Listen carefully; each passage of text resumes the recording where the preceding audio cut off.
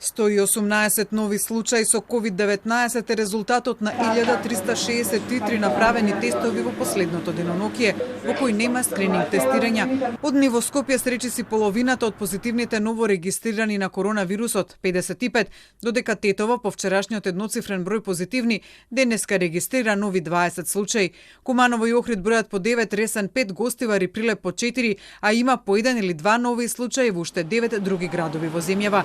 Бројот на активни случаи ја помина бројката од 3000, поточно изнесува 3012, од кои повеќе од половината се во Скопје, 1734.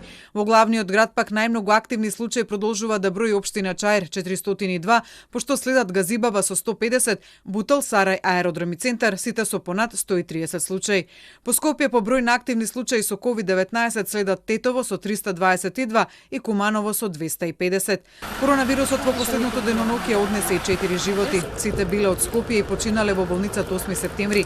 Немладиот од нив имал 58 години и бил хоспитализиран на 9 јуни, а поречиси еден месец болничко лекување битката со вирусот ја загуби пациент на 73 години. Починала и пациентка која вчера била примена во болница, имала 73 години, а пред 2 дена починали 72 годишник, на кој денеска му бил потврден вирусот.